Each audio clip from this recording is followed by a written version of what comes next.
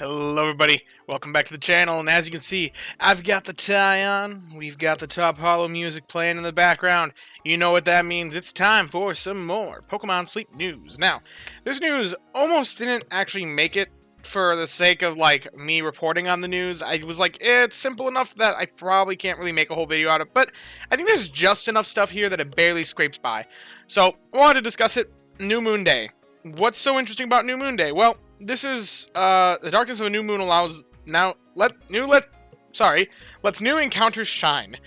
Beginning around the A of May of 2025, there will be a new event based around the New Moon Day. During this event, Pokemon won't get full easily during the stack. You may even meet the mythical Pokemon Darkrai. More details about the event are coming out in a later update. We hope you're looking forward to this. So, I'm sure we'll get more information about it, but there's some interesting questions that this raises. Firstly, for those of you that don't know, the Good Sleep Day that we have every month is based off, this is from way back. The Good Sleep Day happens every month, and it happens in correlation with the full moon. This is the announcement way back when they first announced the Good Sleep Day. They just said that something under development is they're putting on the Good Sleep Day event starting Wednesday, August 30th of, I think it was 23. So, that was the first Good Sleep Day, and we've had it every month since. Now, there's an interesting question here of, will the New Moon event happen every single month with the lunar cycle of the New Moon? Because as we can see, if we look at a lunar calendar, May 26th is the New Moon. Now, I know that in the past, or that this might actually not be, because I think they go based off of Japan's calendar, which might be a day back. I think I've noticed that before from what my time zone is. So, I'd say we will only need to find that out later, which is actually interesting because if it is May 26th, then that makes it a Monday of a new week, but if it's the 25th that they're putting it on, that they're starting making it the new moon, it'd be the 25th, the end of the week on the 25th. So, there's two potential weeks that it could be, from what I see, just because I know that, like I said, I've seen in the past that it doesn't fully correlate with what the full moon is in my time. It's usually a day back from my time zone, so that's just an interesting thing I've noticed. So I want to bring attention to that. Is it going to be something that's recurring? There are some reasons that it could be potentially recurring, and there are some reasons that it might not be. The first reason why it could be recurring is, well, it's a new moon day, and they say beginning around the end of May 2025. Now, I think they've said this for a lot of other ones, but that kind of semi-implies that, well, it's based around the new moon.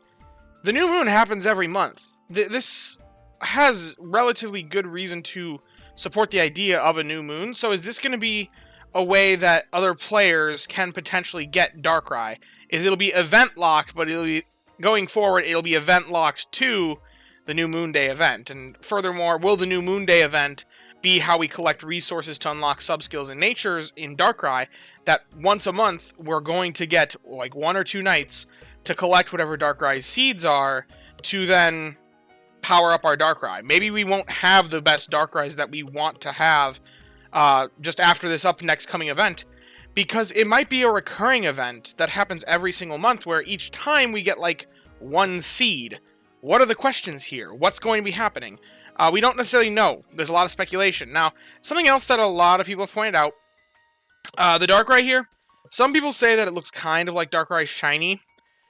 I don't think that means anything. I think it's just the illumination from the moon, because it's like this purple hue, kind of making Darkrai look a little different.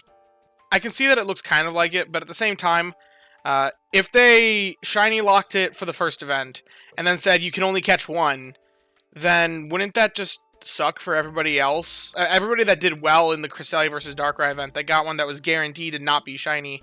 If in the future people have at least 1 shot for it to be shiny, because they've told us that we're only going to catch 1. So that's where I'm like, I just don't think they're going to bring its shiny into the game, even though this might kind of look like it. But the other big thing I wanted to discuss, Murkrow. Now, you can see here, Murkrow is in this image, and I'm actually going to swap tabs real quick because I want to show you guys the video they released to accompany this. So, I've paused the music so that you guys can enjoy this. It's a 27-second clip that's on their page.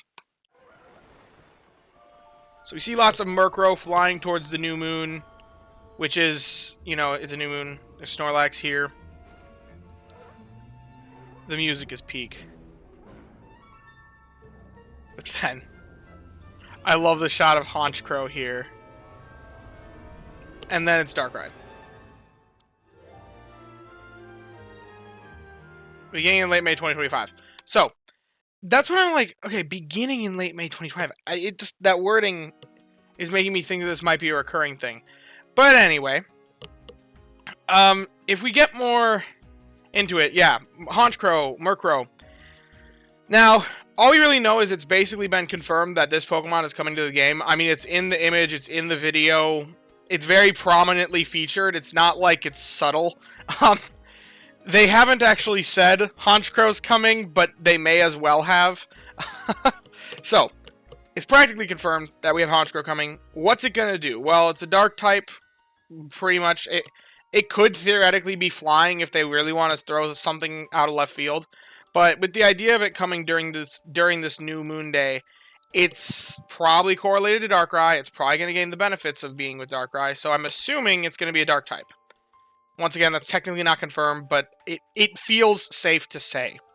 Now, what could it do? I've seen there be some speculation that potentially it could be based around Super Luck, an ability it has in the base game, which means it could be a skill specialist with crit chance, or tasty chance S.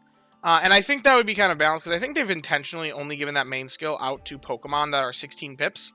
And unfortunately, I hate to break the news, but unfortunately, I am fairly confident this guy is probably going to be a 16-pip Pokemon.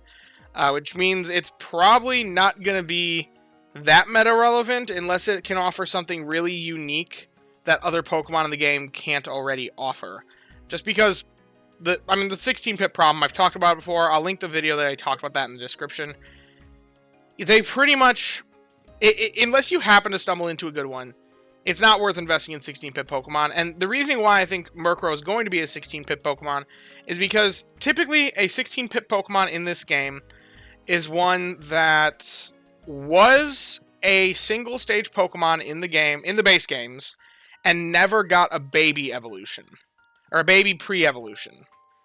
And that's exactly the case for Murkrow. Now, I did eventually get the final evolution of Honchkrow, but Sneasel got Weavile, Onix got Steelix. In their original games, they were single-stage Pokemon. The same is true for Murkrow. So, I don't see any real reason that they'd have to break that precedent. If they were going to break that precedent that they've kind of already set, I feel like they would have done it for Sneasel, because Sneasel doesn't feel fully evolved. It made sense for Onix, because Onix is strong on its own before it becomes Steelix. There's a reason to run Onix, and there's a reason to run Steelix. But Sneasel doesn't feel like it's fully evolved. So I feel like if they were going to break that precedent for any Pokemon in this game, it would have been for Sneasel. I'd be surprised to see... It'd be a pleasant surprise. I'd like to make this Pokemon accessible and usable. But I just don't see it. I don't think... Maybe call me pessimistic, but I don't think it's going to be 5 pips. I think it's going to be a 16-pip hunt. And especially, I think there's a reason why they're introducing it during an event where Pokemon won't get full easily. Because it's going to be a lot easier to catch 16-pip Pokemon. In fact, maybe this event is something to help mitigate the 16-pip problem a little bit. Of, you know, you can actually catch them when you encounter them. It'll cost you a lot. You'll have to put in a lot of biscuits. Potentially great biscuits. Maybe ultras if you have them. But they're showing up and you can actually feed them all the way during this event. So I think that's pretty nice. And it brings about a lot of questions as to what is to come. So they say more details about the event are coming in a later update, so stay tuned for that. Subscribe to the channel if you want to get those details, because I'm always one of the first to cover, if not the first to cover them. But yeah, as always, I thank you all for watching. Make sure to leave a like and subscribe. Down in the description, we'll have a link to join the Discord. Come join us, hang out, talk about all things Pokemon, sleep, and the like. And as always, I've added the join button recently. Feel free to click that if you're financially capable of doing so and want to support me in that way. And as always, I thank you all for watching and hope that you all have a wonderful day. Bye-bye now.